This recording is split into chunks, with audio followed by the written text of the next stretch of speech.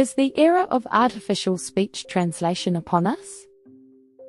Once the stuff of science fiction, technology that enables people to talk using different languages is now here. But how effective is it? Noise, Alex Wabel tells me, is one of the major challenges that artificial speech translation has to meet. A device may be able to recognize speech in a laboratory or a meeting room, but will struggle to cope with the kind of background noise I can hear in my office surrounding Professor Wabel as he speaks to me from Kyoto Station in Japan. I'm struggling to follow him in English, on a scratchy line that reminds me we are nearly 10,000 kilometers apart, and that distance is still an obstacle to communication even if you're speaking the same language as we are. We haven't reached the future yet. If we had, Wabel would have been able to speak more comfortably in his native German and I would have been able to hear his words in English. At Karlsruhe Institute of Technology, where he is a professor of computer science, Wabel and his colleagues already give lectures in German that their students can follow in English via an electronic translator. The system generates text that students can read on their laptops or phones, so the process is somewhat similar to subtitling. It helps that lecturers speak clearly, don't have to compete with background chatter, and say much the same thing each year.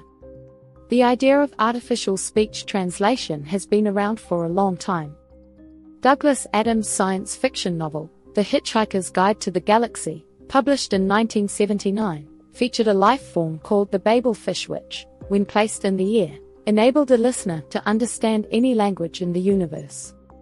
It came to represent one of those devices that technology enthusiasts dream of long before they become practically realizable, like TVs flat enough to hang on walls, objects that we once could only dream of having but that are now commonplace.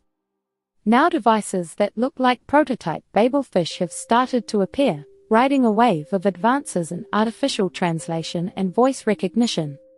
At this stage, however, they seem to be regarded as eye-catching novelties rather than steps towards what Wabel calls making a language transparent society.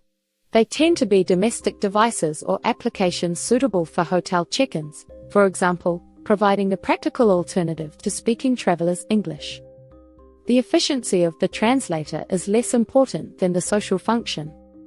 However, professionals are less inclined to be patient in a conversation. Founder and CEO at Waverly Labs, Andrew Ochoa, observes. To redress this, Waverly is now preparing a new model for professional applications, which entails performance improvements in speech recognition, translation accuracy and the time it takes to deliver the translated speech. For a conversation, both speakers need to have devices called pilots, translator earpieces, in their ears. We find that there's a barrier with sharing one of the earphones with a stranger, says Ochoa. That can't have been totally unexpected. The problem would be solved if earpiece translators became sufficiently prevalent that strangers would be likely to already have their own in their ears. Whether that happens, and how quickly, will probably depend not so much on the earpieces themselves, but on the prevalence of voice-controlled devices and artificial translation in general. Wabel highlights the significance of certain Asian nations, noting that voice translation has really taken off in countries such as Japan with a range of systems. There is still a long way to go, though. A translation system needs to be simultaneous, like the translator's voice speaking over the foreign politician being interviewed on the TV, rather than in sections that oblige speakers to pause after every few remarks and wait for the translation to be delivered. It needs to work offline, for situations where internet access isn't possible, and to address apprehensions about the amount of private speech data accumulating in the cloud, having been sent to servers for processing. Systems not only need to cope with physical challenges such as noise, they will also need to be socially aware by addressing people in the right way. Some cultural traditions demand solemn respect for academic status, for example, and it is only polite to respect this. Etiquette-sensitive artificial translators could relieve people of the need to know these differing cultural norms. At the same time, they might help to preserve local customs, slowing the spread of habits associated with international English, such as its readiness to get on first-name terms. Professors and other professionals will not outsource language awareness to software, though. If the technology matures into seamless, ubiquitous artificial speech translation, it will actually add value to language skills.